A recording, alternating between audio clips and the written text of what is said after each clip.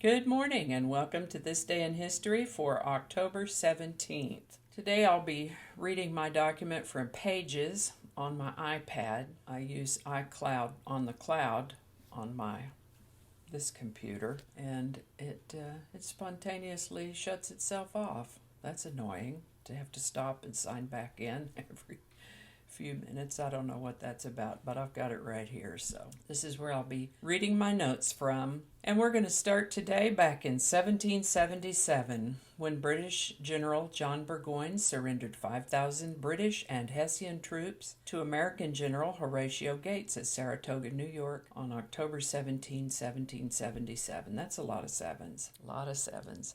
In 1814, the London beer flood. Vats of beer at the Mew and Company Brewery burst, flooding city streets with 610,000 liters of beer. The almost 15-foot-tall wave of porter killed 8 people, some of whom were gathered for a funeral. In 1815, Napoleon Bonaparte arrives at the island of St. Helena in the South Atlantic, whence he had been banished. In 1835, the first resolution formally creating the Texas Rangers was approved. Texans approved a resolution to create the Texas Ranger, a corps of armed and mounted lawmen designed to range and guard the frontier between the Brazos and Trinity Rivers. And I myself am located between the Brazos and Trinity Rivers. Trinity River's right over there, just right over there, walking distance. 1849, composer and pianist Frédéric Chopin died in Paris of tuberculosis at the age of 39. In 1906, a shoemaker led German soldiers in a robbery. Wilhelm Voigt, a 57-year-old German shoemaker, impersonated an army officer and led an entire squad of soldiers to help him steal 4,000 marks. Voigt, who had a long criminal record, humiliated the German army by exploiting their blind obedience to authority and getting them to assist in his audacious robbery. 1912, Serbia and Greece declare war on the Ottoman Empire, beginning the First Balkan War in earnest. 1912, Pope John Paul I was born. He died in 1978 at the age of 65. 1915, Pulitzer Prize-winning playwright Arthur Miller was born. He died in 2005 at the age of 89. In 1918, American actress and dancer Rita Hayworth was born. What a pretty girl she was. She died in 1987 at the age of 68. In 1930, Robert Coleman Atkins was an American physician and cardiologist. He was best known for the Atkins diet. He died in 2003 at the age of 72. In 1931, Al Capone goes to prison. He was sentenced to 11 years in prison for tax evasion and fined $80,000, signaling the downfall of one of the most notorious criminals of the 1920s and 30s. In 1933, Albert Einstein immigrates to the United States and makes his new home in Princeton, New Jersey. 1938, American motorcycle daredevil, stunt performer, and entertainer Robert Craig Knievel, better known as Evel Knievel, was born in Butte, Montana. He died in 2003 at the age of 69. 1948, Canadian-born actress Margaret Ruth Kidder, better known as Margot Kidder, best known for playing Lois Lane in the Superman movies of the 1970s and 80s. She was born on this date and died in 2018 at the age of 69. 1956, Bobby Fischer wins the game of the century. The chess match between 13-year-old Fischer and Donald Byrne took place at the Marshall Chess Club in New York City. In 1956, Mae Jemison, the first African-American woman in space, STS-47, was born in Decatur, Alabama. 1958. Any Alan Jackson fans out there? This country singer with over 60 million records sold worldwide was born in Noonan, Georgia on October 17, 1958.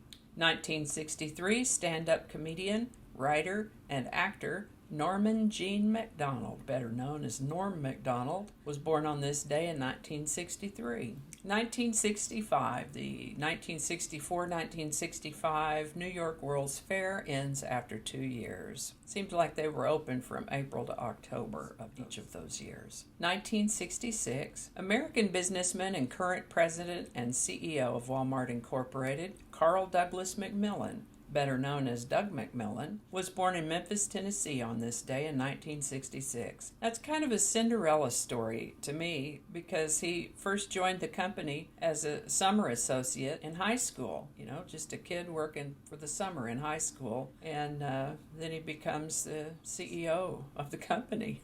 He became the company's 5th CEO in 2014, and before that he led the company's Sam's Club division and then Walmart International. So happy birthday, Mr. Macmillan. In 1967, Hair premieres on Broadway.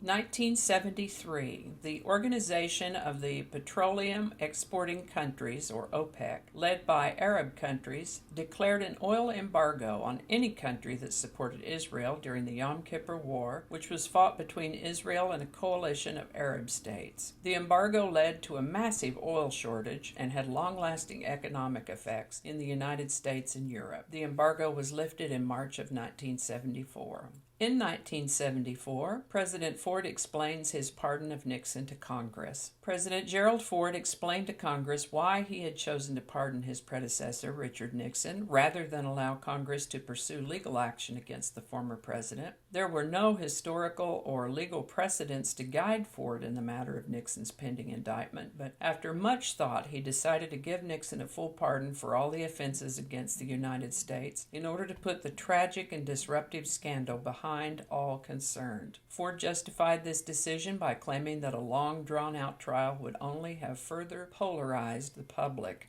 And I appreciate him for that. I appreciate that action. Polarization of the public, no need for it. There's absolutely no need for it. 1974, Benjy opens in theaters. Benjy was a film about a stray dog who helped rescue several kidnapped children. It opened in theaters and went on to become a family classic. In 1979, Mother Teresa of India was awarded the Nobel Peace Prize. In 1986, U.S. aid to Contras was signed into law. President Reagan signed into law an act of Congress approving $100 million of military and humanitarian aid for the Contras. Unfortunately, the Iran-Contra scandal was just about to blow up, seriously compromising their goal of overthrowing the leftist Sandinista government in Nicaragua. 1989, Loma Prieta earthquake strikes near San Francisco. Yikes, yikes, and double yikes. And I particularly remember this because, well, let's just read the story here. The worst earthquake in 82 years hit the San Francisco Bay Area minutes before the start of a World Series game. The earthquake registered somewhere between 6.9 and 7.1 on the Richter scale. 67 people were killed and damage was estimated at 10 billion. That's billion with a B. And I remember that for two reasons. One was I had the TV on for pregame. Took a minute to figure out what was going on. And the other thing was that a dear friend of mine was in San Francisco for a business meeting, a sales meeting. And this was way before the days of cell phones. So we all just had to wait until he contacted his family and then we could find out if he was okay or not. He was okay. He was fine. He sure had some hair-raising stories to tell about that earthquake. Holy cow. And in 2014, a study of over 11,000 people suggested that exercising 3 times a week can reduce depression risk by 19%, with an added risk reduction of 6% for every additional round of exercise. This is particularly happy news for me because I've kind of a standing date gym night 3 times a week. Anyway, I think that's where we're going to wind this one up, kind of on a, I like to leave things on an upbeat note. Thanks for watching. As always, links to my research are included in the show notes, along with a physical address if you'd like to add to my coffee mug collection. Give it a like if you enjoyed this video. Consider subscribing if you haven't already. And feel free to share this video if you found it interesting or informative or entertaining. Thanks again, and I'll see you next time. On October,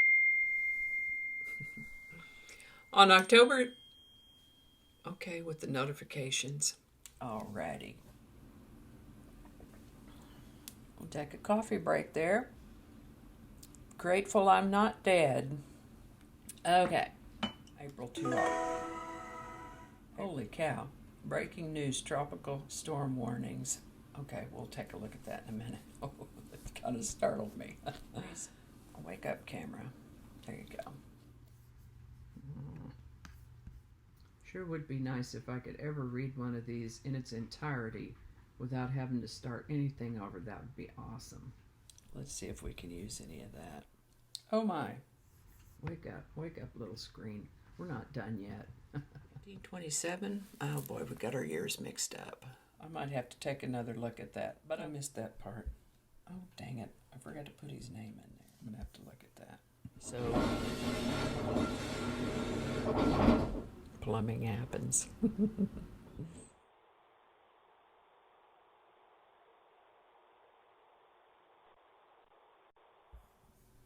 This is why I don't do live shows.